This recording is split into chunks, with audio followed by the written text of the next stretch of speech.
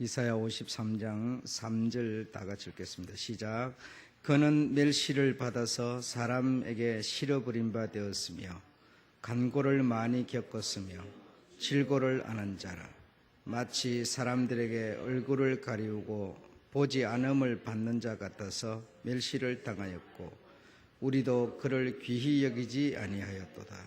아멘. 지금 저희들이 세계사를 공부를 하고 있는데, 세계사를 공부를 하기 전에는 우리가 소경 같은 그런 상태라고 볼 수가 있습니다. 그래서 예수님에 대해서 또 더 나아가서 하나님에 대해서 너무나 소경 같기 때문에 보지 못하고 귀가 있어도 듣지 못하는 이런 상태였는데, 세계사를 공부를 하면서 여러분이 아마 관심을 조금 가지고 임하고 있는 사람들은 뭔가 느낌이 왔을 테고요. 그렇지 않고 그냥 뭐 수요일이니까 또는 주일이니까 나와서 그냥 한편에 예배를 드리고 간다고 생각하는 사람은 아직도 뭔가 느낌이 오지 않았고 뭔가 좀 보이는 그런 게 보이지 않고 아마 그럴 것 같습니다. 오늘 본문에 보게 되면 우리도 그를 귀히 여기지 아니하였도다 그랬거든요. 우리도 그를 귀히 여기지 않았다. 하나님이 이 세상에 오시는 데 대해서 왜 사람들이 귀히 여기지 않았겠는가, 굉장히 우리가 생각할 바죠. 그런데 그냥 우리는 그런 후면에 있는 내용을 전혀 알려고도 하지 않고 알지도 못하기 때문에 그냥 눈 감은 소경과 같다 이거죠. 그러니까 왜 사람들이 예를 들어서 동장만 한번 오더라도 막 반갑게 맞이하고 국회의원만 오더라도 반갑게 맞이하고 이러는데, 하나님의 그 본체가 이 세상에 드러나는 상황이고, 하나님이 지금 사람의 모습으로 지금 오시는데 왜 그를 귀히 여기지 않았겠는가? 요한복음 1장에는 보게 되면 또 그런 내용이 있죠.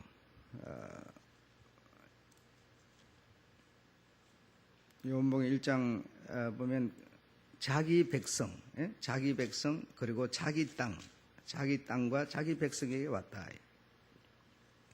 그런데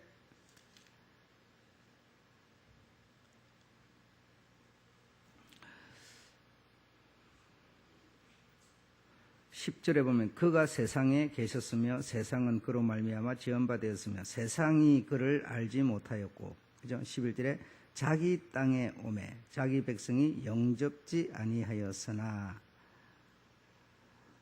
그러니까 자기 땅에 왔고 자기 백성에게 왔는데 전혀 영접하지 않았다는 거죠. 참 그거야 그 다음에 보니까 믿는 자는 영접했고, 여기 믿는 자가 영접했고 그러지 않죠. 그 다음에도 영접하는 자 곧 그 이름을 믿는 자들에게는 하나님의 자녀가 되는 권세를 주셨으니 그랬습니다. 그러니까 영접하고 믿는 자에게는 하나님의 자녀가 되는 권세를 준다, 이렇게 말씀하시는 거죠. 그래서 요 믿는 것은 부모에게 배워서 되는 게 아니고 이렇게 혈통으로나 육정으로 나지 아니하고 그랬으니까, 그러니까 자기 땅에 왔고 자기 백성에 왔는데도 자기 백성이 그 주인이 오는데 맞아주지도 않았고, 그렇죠? 그가 우리 백성들의 모든 죄와 허물을 짊어지고 죽으시는데도 우리는 그를 귀히 여기지도 않았다. 왜 그럴 수 있었겠느냐? 그러니까 왜 그런지를 모르면 우리에게 뭐가 안 생겨요? 믿음이 안 생기는 거죠. 왜 그런지를 모르는데 믿음이 뭐한테 생기겠어요? 이 이유가 무엇인지를 알아야 내가 왜 그를 그랬을까, 이걸 알게 되는 거죠. 그러니까 그걸 모르니까 그냥 막무가내로 믿으라고 그러니까 믿어지는 게 아니죠. 이런 이 방법으로. 그러니까 이런 내용을 여러분이 아시게 되면 뭐죠? 그냥 믿으라 할 필요 없이 그냥 자동으로 우리가 이해되고 믿어지는 거죠. 예. 그러니까 여러분 스스로는 성경을 아무리 뒤진다고 해서 찾아지는 것도 아니고 설명을 듣지 않으면 불가한 겁니다. 그래서 들어야만 믿음이 생길 수밖에 없게 돼 있다 이거예요. 자, 오늘 그런 부분을 여러분한테 이제 설명을 해드릴 텐데, 오늘 제목은 사탄의 거짓 모조품. 예, 사탄의 거짓 모조품. 그럼 원인이 뭐냐? 사탄의 거짓 모조품 때문에 우리의 눈이 감겨버린 것이다 이거죠. 우리 마음이 닫혀버린 것이다 이거죠. 무엇 때문에? 사탄의 거짓 모조품 때문에. 네. 여러분 잘 알다시피 인간이 하나님의 말씀을 지키지 못하였습니다. 그래서 우리가 죄를 지게 되었고, 죄값으로 우리 사람들에게 하나님이 벌을 내리셨는데, 그건 아시죠? 여자에게는 이러이러한 일을, 남자에게는 이러이러한 일을 하라, 이렇게 벌을 내리게 된 겁니다. 그래서 남자는 이마에 땀을 흘리고 여자는 잉태해산하는 고통을 당하는 것이다. 그래, 그것이 하나님이 벌 받은 우리 죄지은 우리 인간들에게 내리는 벌이었다 이겁니다. 벌이었다. 그런데 우리가 그런 걸 안 하면서 사는 게 참 좋은데 그런 걸 당하게 됐으니까 슬픈 일이 아니냐 이런 생각을 하는데, 그게 하나님이 죄지은 우리 인간을 살리는 비상조치였다는 겁니다. 비상조치. 그러니까 인간을 살릴 수 있는 비상조치를 내린 것이 바로 여자에게는 남자에게는 이렇게 하신 것이다 이거죠. 그래서 사람은 이마에 땀을 흘리고 이런 어떤 수고를 하면 땀이 흐르죠. 그리고 생산을 위해서 굉장히 긴장하고 막 이렇게 하면 과학적으로 어떤 문제가 생기는가 하면 스트레스가 해소되고, 그러니까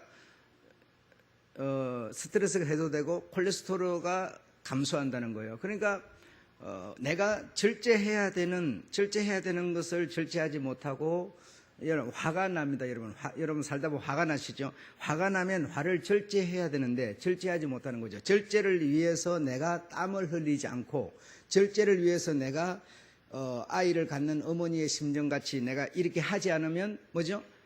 내가 나를 위해서 아무런 수고도 안 해주는 거죠. 그냥 내게서 그냥 화가 나면 그냥 화만 자꾸 내는 거죠. 그러니까 하나님이 우리에게 이 내려준 거와는 전혀 다르게 우리가 살고 있으니까 스트레스가 계속 쌓이고 콜레스테롤이 높아지고 병이 생기는 거예요. 그래서 뭐 장이 꼬이고 뭐 어떤 모든 문제들이 생기는. 그러니까 우리가 하나님의 말씀을 하나도 안 따라서 하는 거예요. 그리고 화가 나면 화를 갖다 내가 참고 절제를 해야 되는데, 지금 그걸 왜 하나님이 먹지 말라는 것을 먹어버렸잖아요. 그러니까 절제를 못하고 먹어버렸잖아요. 그것으로 벌이 온 거 아닙니까? 그러면 이제 우리가 그 벌에 의해서 네가 이렇게 노동을 하고 이렇게 땀을 흘리고 이렇게 살아라 그랬으니까, 그럼 내에게서 어떤 이런 처음에 절제하지 못했던 그런 현상이 내게 나타나면 내가 어떻게 되겠어요? 절제하는 능력으로 절제를 해야 된다는 얘기예요. 그래야 내가 안정을 찾을 수가 있는 거죠. 안정이라는 게 내가 아무것도 안 하는데, 노력도 안 하고 땀도 안 흘리는데 안정이 그냥 찾아오는 법이 어디 있습니까? 내가 저를 이해를 해준다거나 저를 품어준다거나 제 말을 들어준다거나 뭐 이런 어떤 내가 수고를 해야만 안정이 오는 거 아닙니까? 평화가 오는 거 아니에요. 근데 그거 안 하고 그냥 나는 내 할 거 다 하고 있으면서 어떻게 평화가 안 오냐? 올 수가 없죠, 여러분. 이해되시겠죠? 예. 그래서 우리 죄지은 인간들에게 하나님이 비상조치로서 살릴 수 있는 길을 내신 것이 바로 남자에게는 여자에게는 이렇게 하나님이 하게 하신 것이었다 이거예요. 그래서 여자에게는 뭐죠? 잉태하는 고통을 주고 해산의 수고를 주어서 그 여자의 후손을 낳게 하겠다. 그래, 여자의 후손은 이 세상에 태어나면 할 일이 있는데 뭐냐? 우리도 지금 여자의 후손이고, 지금 하나님이 여자의 후손이라고 한 그 여자의 후손은 이 세상에 와서 할 일이 뭡니까, 여러분? 여자의 후손이 할 일이 뭐죠?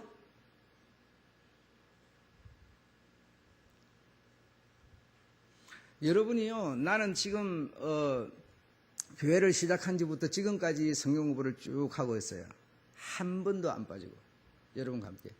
그런데 이렇게 성경 공부를 하는데도 여러분이 지금 전혀 모르고 계시는데, 성경 공부를 안 하는 교회 교인이라면 뭘 할까 싶어요. 너무 걱정스럽습니다.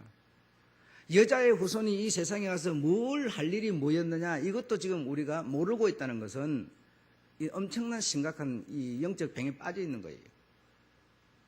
여자의 후손은 이 세상에 와서 할 일이 뭔가 하면 사탄의 머리를 부수는 겁니다. 사람은 그러면 뭐 하는 거죠? 사람은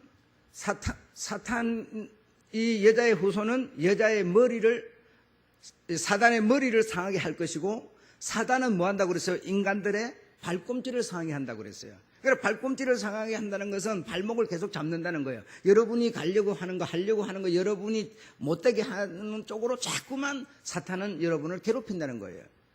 그러니까 사탄은 우리 인간들에게 조금 괴로움을 주는 이런 일을 계속 하게끔 돼 있고, 인간인 우리는 뭘 해야 되는 거 아니? 사탄의 머리 부수는 일을 해야 되는 거예요. 그게 여자의 후손의 할 일이에요.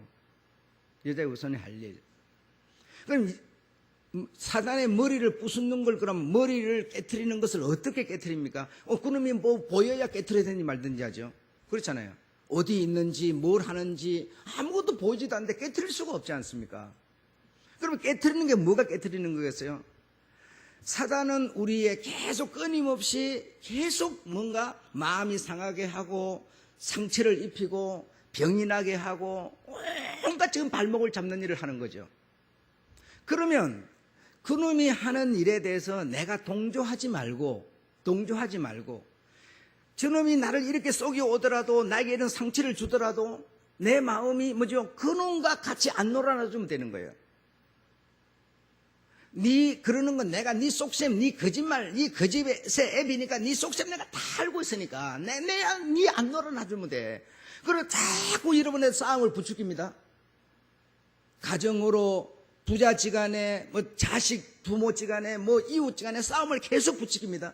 그러면 싸움을 부추기면, 싸움을 하고 있으면 여러분 어느 쪽의 편을 들어서 사는 겁니까? 간단한 얘기죠. 그래, 여러분 이 상대를 모르면 나를 모르는 거예요. 예. 계속 사탄이 좋아하는 것만 하고 있으면서 어떻게 내가 그 사탄의 머리통을 깨트릴 수가 있겠어요? 깨트릴 방법이 없잖아요. 그놈은 내 발꿈치를 물어가지고 지금 계속 고통을 주고 있는 거예요. 싸움을 불러일으키고 불화를 일으키고 이렇게 하는 거거든요. 하는 일도 안 되게 만들고, 내일 일을 두려워하게 만들고, 믿음을 못 가져서 내세를 못 믿게 만들고 지금 계속 하고 있는 건데, 우리는 계속 거기에 우리의 뭔가 마음을 갖다 놓고 그거와 짝을 해서 살려고 한다 이거죠. 그러면 우리가 할 일은 지금 전혀 못하고 그놈만 좋게 만드는 거죠. 그놈만. 그러니까 여러분, 저걸 알면 내가 여러분 이길 수가 있는 거고, 저걸 모르면 막무가내죠. 속수무책이에요, 여러분. 어쩔 수가 없는 거예요.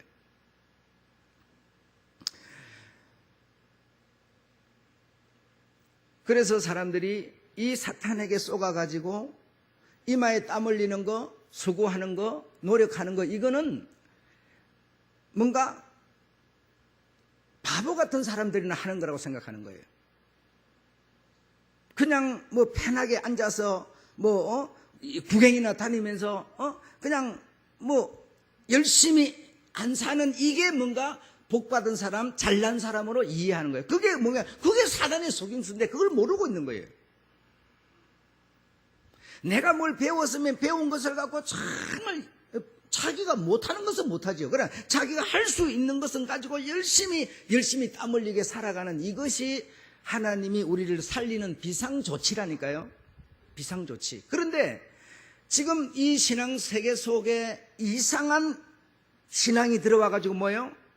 어쨌든지 편하게 쉬고 먹고 자고 즐기는 어떤 이런 것만이 신앙 성공으로 생각하는 사단의 그 속임수에 다 넘어간 거예요.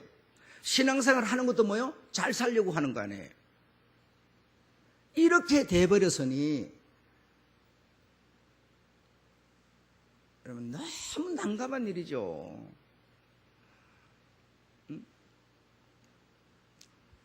연세가 드셨더라도 여러분이 할 수 있는 일을 찾아서 땀 흘리게 노력하고 일하는 그게 신성한, 그래, 우리가 오죽하면 신성한 노동이라고 그러겠느냐 이 말이에요. 신성한 노동.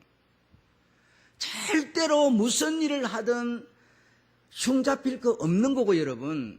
노력하는 것은 아름다운 겁니다. 아름다운 거야. 무슨 수입이 얼마나 생기느냐, 그게 중요한 게 아니에요. 내가 어쨌든 열심히 내가 할 수 있는 범위 내에서 살아가는 것은 아름답고 신성한 겁니다. 그래서 이렇게 좀 근사한 일을 하면은 좋아 보이고, 그렇지 않으면은 여러분 절대로 그런 거 아닙니다. 여기서 한 가지 문제를 여러분 풀어나가셔야 되고요. 그다음 두 번째로는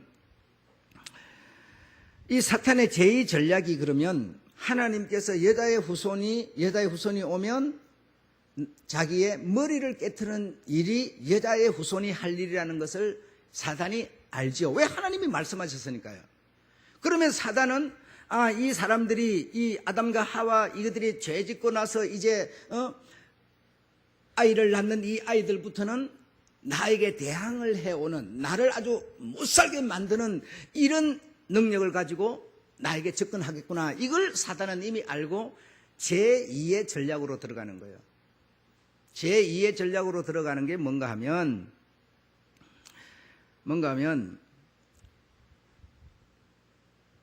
하나님이 하시는 일을 막을 수는 없죠.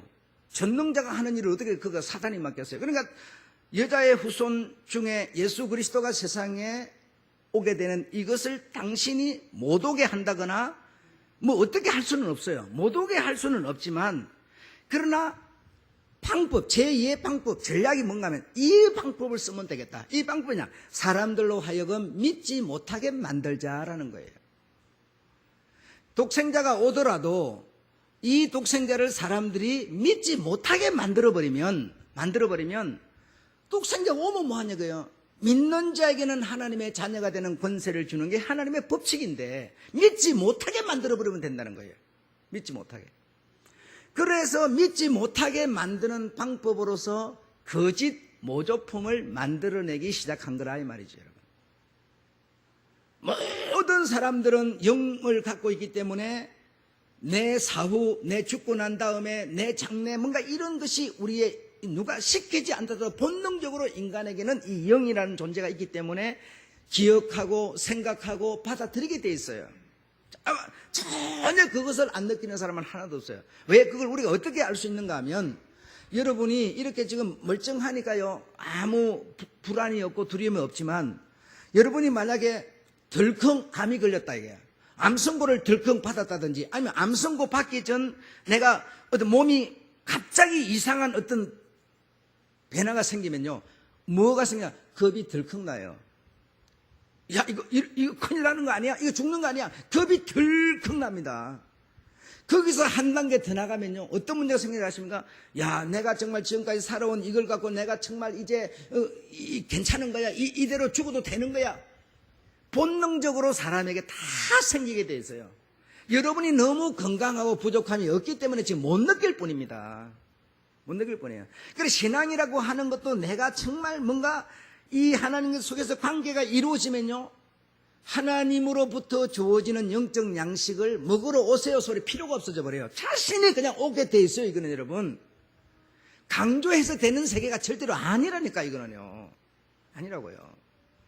그러니까 여러분의 영이 살아있고 그 영이 양식을 먹고 호흡하고 교제하고 이것이 실제적으로 되어져 가는 것은 양식을 먹음으로 되는 거거든요. 양식 안 먹고 이 영체가 살아가는 법이 없어요. 육체가 양식을 안 먹고 살아가는 법이 없어요, 여러분. 법이 없어요.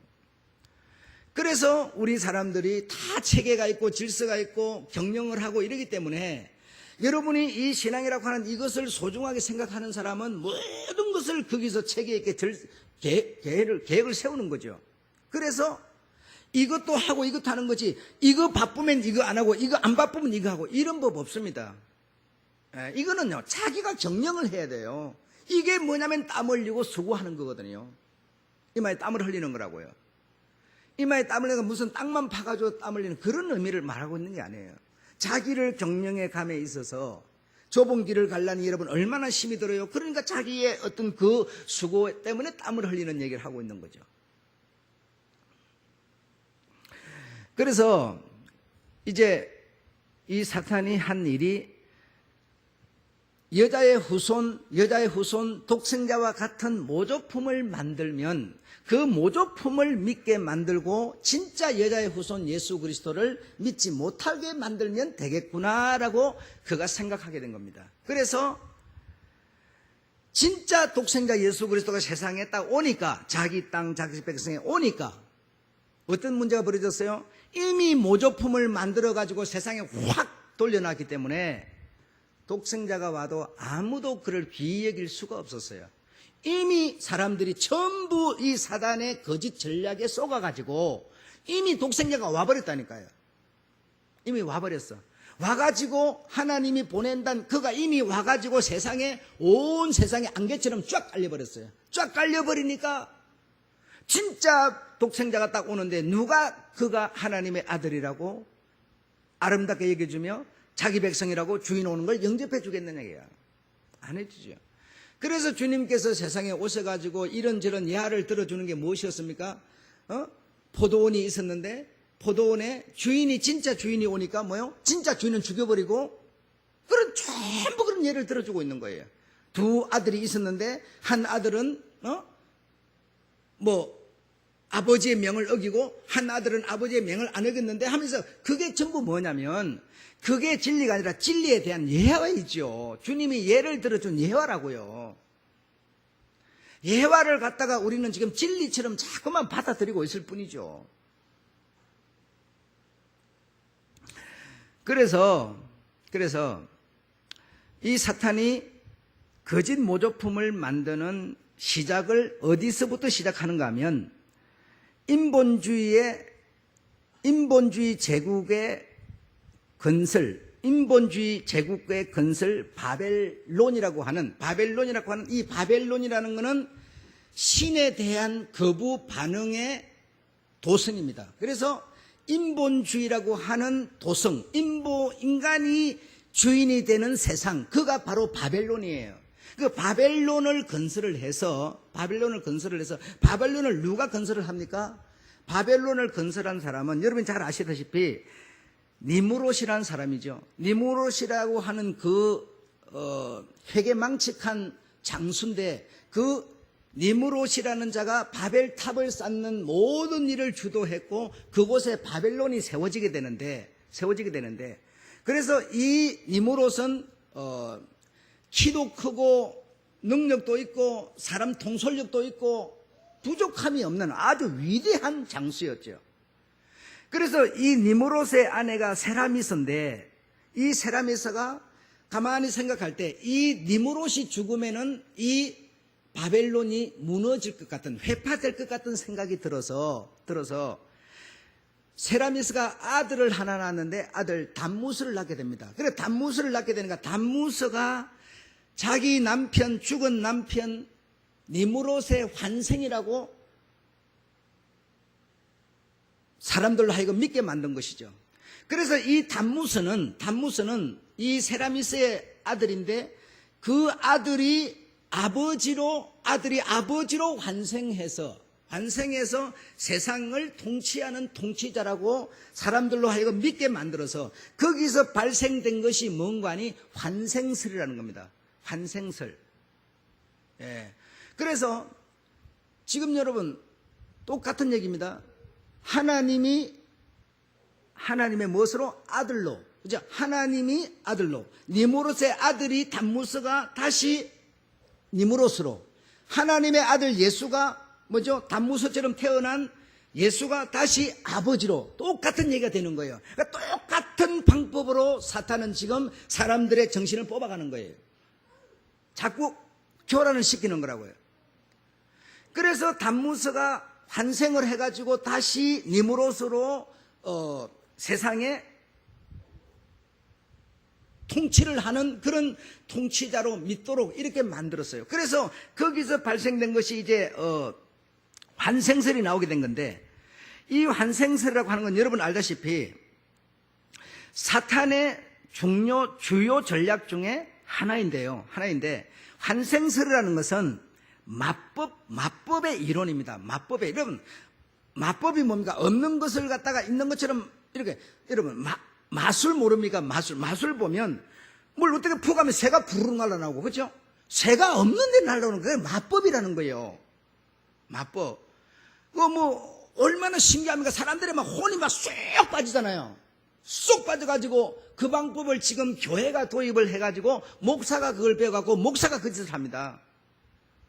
그러니까 이 세상이 지금 얼마만큼 지금 수긍에 말려버렸는지를 아셔야 돼요, 여러분.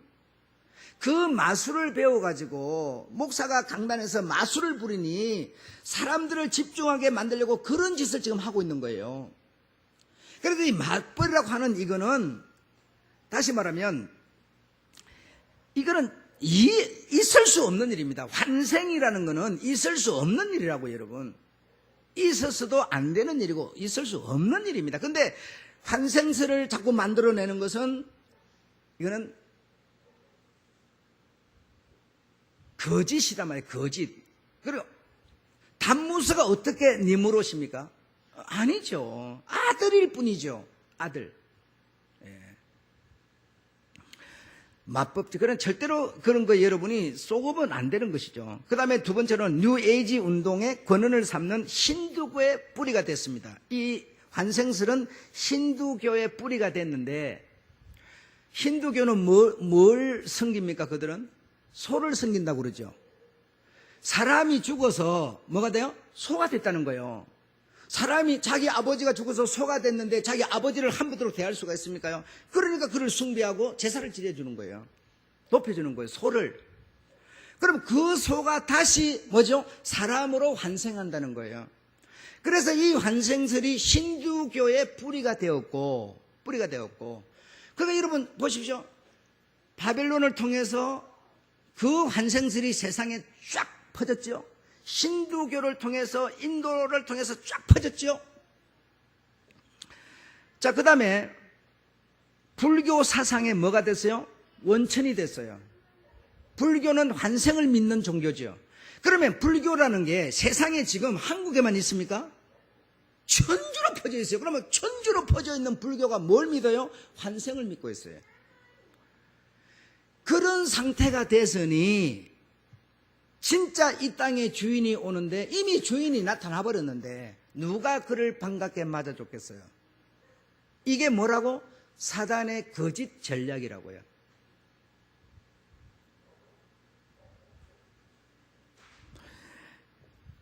애굽 신화에는 보면 이시서 여신의 아들 호루스가 다시 뭐죠? 환생했고, 스페인에는 뭐죠?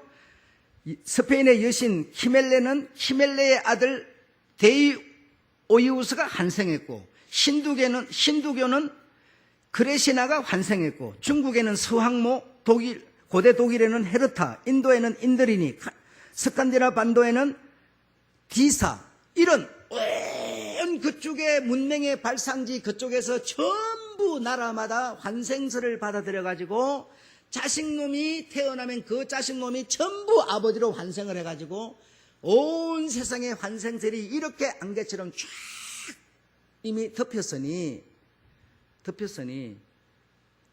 이 독생자 예수 그리스도, 여자의 후손인 독생자 예수 그리스도가 세상에 올 때 과연 그를 맞았을 자가 있겠습니까? 이게 바로 사탄의 제2 전략, 거짓의 전략이었어요. 그래, 이 사탄의 거짓 전략만 우리가 안다면 너무나 쉬워지는 거죠. 불교가 말하는 이 환생, 이런 소리에 기담을 필요가 없어지는 거죠. 내가 죽어서 다시 아들로 태어난다는 동, 무슨 강아지로 태어난다는 동, 신경 쓸 필요가 없어지는 거죠. 예. 그런데 이렇게 이미 사탄의 이 거짓 어떤 모조품을 만들어가지고 세상 속에 이미 다 퍼뜨려 놔버려가지고 한국의 불교가 자리를 다 잡고 나니까 기독교가 힘을 쓸 수가 없는 거죠. 예, 이렇게 된 겁니다. 그런데 다시 위로 올라가가지고 환생설을 만들어낸 니무롯과 세라미스 그리고 단무스 얘기를 좀 더 하겠는데요. 모조품으로 이 단무스라고 하는 이 신을 만들 때 무엇으로 만들었는가 하니 금송아지로 만들었어요. 금송아지로 만들었는데 금송아지로 만들어서 소라고 하는 그 어떤 금송아지로 신을 만들었는데, 그래서 이 금송아지로 신을 만들고 그 신을 일컬어서 뭐라 했는가 하니 일하시는 하나님이라고 이름을 지었어요. 일하시는 하나님. 예. 그래서 농경의 신이다. 소는 뭐 합니까? 농사 짓는데 사용되는 동물이잖아요. 그러니까 소 상징으로 만들고서는 일하시는 하나님으로 이름을 붙였어요. 그래서 농경의 신, 신성한 노동의 신으로 이름을 붙여서 그 이름으로 이 단무스가 세상에 이렇게 당신의 그 어떤 하는 일을 드러내기 시작한 거예요.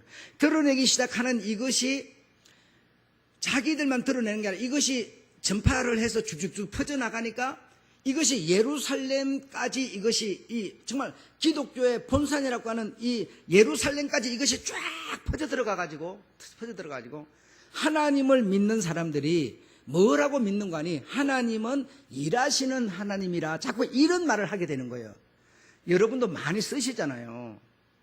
그러니까 이 말의 근원이 어디서 나왔는가 하니 여기서 나왔다니까요. 여기서 나왔는데 여기서 나온 소리를 갖다가 그대로 받아들여가 어떤 이걸 헤아려 보던 거 받아들여가지고 하나님을 우리가 지칭할 때 일하시는 하나님, 나를 위해서 싸우시는 하나님, 내가 하나님을 위해서 싸우는 거지 하나님 나를 위해서 싸우는 게 아니거든요. 우리 지금 거꾸로 다 돼버렸어요.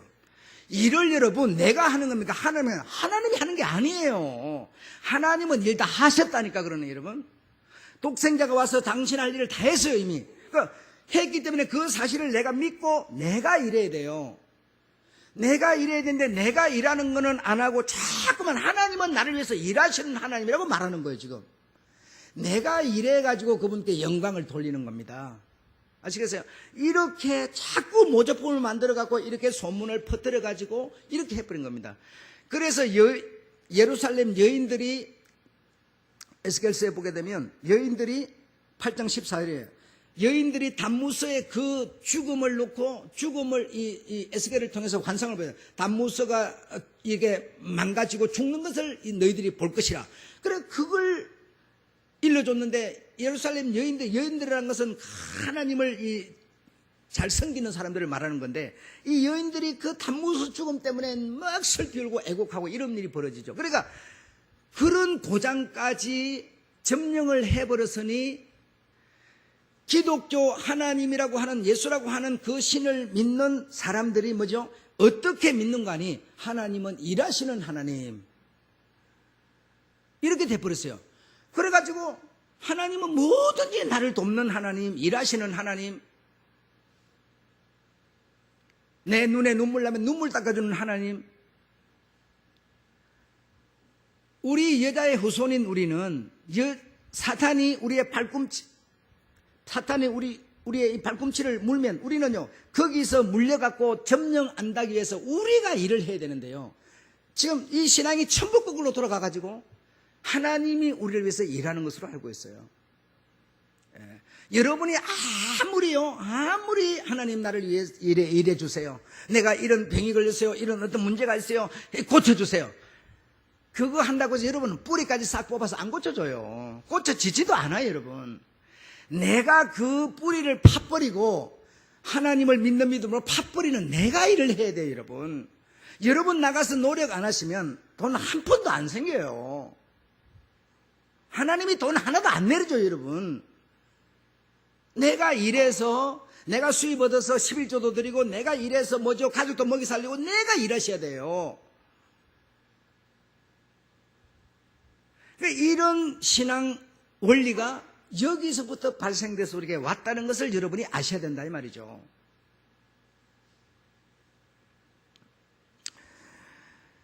그 다음에 이 단무스, 이 니무롯과 세라미스와 단무스를 통해서 또다시 하나의 어떤 교리가 발생한 것이 농경의 신, 신성한 노동의 신, 소를 상징하는 신이기 때문에 어떤 교리가 나왔는가 하니 겨울에는 죽고 봄에는 뭐요? 농사는 겨울에는 죽고 봄이 되면 뭐요?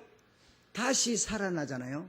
그래서 이 단무스를 부활의 신으로 만들었어요. 부활의 신. 기독교 여러분, 부활 아주 대단하잖아요. 그러니까 이 단무스 신이야말로 겨울에 죽었다가 다시 봄에 다 싹이 나서 우리에게 뭘죠? 소득을 주잖아요. 소득을 주니까 얼마나 그에게 제사를 지내고 그를 숭배하고 그를 경배하고 그를 높이면 얼마나 우리에게 이런 소득이 오고 얼마나 좋아지겠느냐고요. 그래서 이 단무스를 부활의 신으로 그들은 교리를 만들어서 또 세상에 퍼뜨리기 시작한 거예요.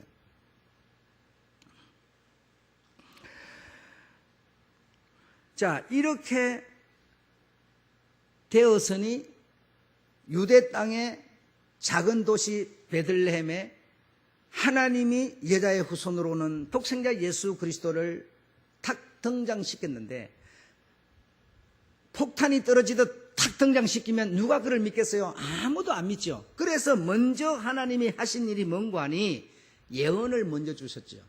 예언을 먼저 주고 계시를 먼저 주셨죠. 그래서 에스겔, 예레미야, 이사야 전부 예언자들을 통해서 계시와 예언들을 다 내려줬는데, 내려주고 그 예언과 계시와 딱 맞게끔 독생자 예수 그리스도를 베들레헴에 태어나게 만들었는데도 소수의 사람 외에는 아무도 그를 영접하지 않았습니다. 왜? 이미 거짓 모조품이 세상을 지배해버렸기 때문이에요. 이게 바로 사단의 제2 전략이었습니다. 제2 전략. 여러분이 이것만 오늘 안다 해도 얼마나 독생자 예수 그리스도가 우리에게 귀하신 분인지, 그분의 진리를 따라서 살아야 되겠는지 해답은 쫙 나오는 거 아닙니까? 여러분, 우리가 신앙생활 한다고 여러분 한번 생각해보세요. 여러분 신앙생활 하시는 여러분들, 좀 어려움 오면 여러분 무당 생각하는 사람 꽤 있습니다. 꽤 있어요. 이 통계로도 나와 있어요. 믿는 자들이 신앙생활 하는 우리가 아이들이 수능 보거나 그러면요, 은근히 불교 의식 또는 어떤 미신적인, 그런데 당신을 굉장히 마음을 많이 뺏기는 사람이 많다고 통계도 나와 있어요. 그런 여러분, 우리가 지금 얼마나 이 거짓 모조품, 거짓에 쏘가 있는지를 아셔야 됩니다. 내가 병이 들거나 어떤 문제가 생기면 목사한테 얘기해봤자 아무 소용도 없더라고. 기도해도 하나님 들어주지도 않더라고. 이래서요, 은근히 미신적인 무당을 찾으려고 하는 그런 생각이 우리를 찾아오는 경우가 굉장히 많습니다. 굉장히 많습니다. 다시 말하면 우리에게까지도 이런 거짓 모조품의 교리들이 은근히 찾아 들어와서 이미 우리에게도 자리를 잡고 있다는 얘기죠. 자리를. 여러분은 정말 그러지 않기를 저는 바라겠습니다.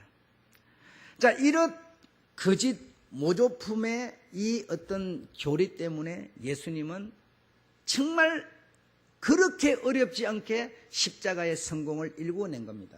하나님은 이 기가 막힌 사단의 전략을 오직 뭘 했어요? 역용해버린 거죠. 역용해서 예수님이 십자가에서 못 박혀 죽지 않고서는 인간을 구원하는 길이, 구원론이 만들어지질 않기 때문에 이걸, 이들의 거짓 교리, 이들의 그 어떤 속이는 그 속임을 오히려 역용해가지고 그를 십자가에 딱 달릴 수 있는 길을 우리 주님이 내신 겁니다. 그래서 그 지혜와 이 지혜는 비교될 수 없는 지혜죠, 여러분. 비교될 수 없는 지혜. 그래서 이 구원 드라마가 위대한 구원 드라마가 완성된 겁니다, 여러분. 독생자 예수 그리스도로 완성된 거예요. 완성되어서 누구든지 그를 믿는 자, 영접하는 자, 믿는 자에게는 하나님의 자녀가 되는 권세를 주신다. 이렇게 돼 있어요. 이렇게 돼 있어요. 그래서 이제 그가 33세 그때 구원 드라마를 완성하시고 2000년이 지난 오늘날 뭐요? 구원 드라마가 뭐 됐어요? 완성돼서 마지막 지금 마지막 길로만 남아있는 거죠. 주님이 믿는 자를 구원하시려는 그 마지막 드라마로 본다면 1회, 2회, 60회가 끝나는 거라면 1회, 2회, 3회 쭉 가가지고 지금은 몇 회가 있어요? 50회를 넘어서서 51회, 2회, 3회, 10회 정도 남겨놓고 있는 구원, 이 하나님의 위대한 구원 드라마 마지막 클라이막스만 남아있을 뿐이세요. 여러분, 그 기간 동안에 우리 하나님은 여러분에게 무엇을 주려고 지금 애를 쓰고 있느냐? 믿음을 주려는 겁니다. 그 믿음이란 놈이 도대체 내가 이런 내용을 알지 못하면 믿음은 생기지 않는 것이니까요. 막무가내로 믿으라가 아니에요. 왜 이렇게 독생자가 오는데도 우리가 믿지 못했을까? 영접하지 않을까? 왜 그를 귀히 여기지 않을까? 이유는 바로 사탄의 거짓 전략에 이미 속아있기 때문이에요. 아무런 상관이 없고 의미도 없고 나와는 신경 쓸 이유가 없는 것인데도 자기 땅에 자기 주인이 오는데 인사하는 사람이 어디 있겠어요? 귀히 여기지 않은 사람이 어디 있겠어요? 그래서 이 사탄은 끊임없이 인간들에게 계속 발꿈치를 물어서 사람마다 물어서 믿지 못하게 만드는 일이 오늘 사탄의 전략입니다. 그래서 이런 사람은 이런 게 약점이 있으니까 이 약점을 파고들고 저 사람은 저런 게 약점이 있으니까 저 약점을 끊임없이 파고드는 거예요. 내보다 내 지혜가 나를 더 잘 알지 않습니까? 영적 존재가 나를 더 잘 알지 않아요. 그래서 나에게 있는 약점은 무엇인가 내가 헤아려 보면 알거든요. 그러면 그 약점을 통해서 계속 들어오는 거예요. 화 잘 내는 사람은 계속 화를 통해서 들어오는 거고, 남을 의심하는 사람은 의심을 통해서 들어가는 거고, 계속 들어가는 거예요. 그러니까 뒤집어 버리면 못 믿는 거죠. 믿음이 어디 있어요? 다 엉망진창 돼버리는데. 우리가 탑을 요만큼 이렇게 막 받으나 닦아 쌓아놔도 한 번 들어서 휘져서 버리면 한 번 확 날아가 버려요. 확 날아가 버려요. 쌓이지를 않아요. 믿음은 점점 자라나야 되는데 쌓이지를 않아요. 그래서 내 약점이 무엇인지 여러분 아시고 그 약점을 통해서 반드시 사탄은 들어와서 여러분의 발꿈치를 문다는 것을 이해하시고, 우리가 믿지 못하고 우리가 이렇게 그를 귀히 여기지 않는 것은 이미 그로 이해되는 거짓 모조품이 세상에 이미 환생이라고 하는 능력을 갖고 이미 와버렸기 때문에. 불교인이 많습니까? 기독교인이 많습니까? 한국만 하더라도요. 그러니 기독교가 뭐래요? 아무것도 못하죠. 교회 속에도 환생이 들어가지고 마법의 어떤 이론을 갖고 와가지고 마법을 부리된다고 그러지. 여러분, 교회가 살아남을 길이 없습니다. 성도 여러분 눈 감기 전에 장담할 수 없어요. 예. 우리의 가는 길은 이렇게 좁아져 있어요. 지금 여러분 아주 가시밭길이 돼 있어요. 이해되셨습니까? 이런 세계사를 우리가 쭉 풀어간다는 것은 우리가 더 확실한 믿음을 갖기 위해서예요. 예수 그리스도 사실 한국의 한국사가 여러분, 예수가 어디 있습니까? 기껏 100년밖에 더 됐습니까? 100년에 와서 보응이니까 교회 세운 거예요? 그 교회 할 얘기 뭐가 있어요? 그 전에 어떤 일이 있어서 어떻게 됐기 때문에 이렇게 되고 저렇게, 그 세계사를 우리가 알아야만 진짜 믿음을 가질 수가 있어요. 예. 자, 오늘 여기까지 하고, 오늘 여러분 환생에 대해서 여러분에게 많이 말씀드렸는데, 그런데 여러분 전혀 관심 갖지 않으시기 바랍니다. 399장 부르겠습니다.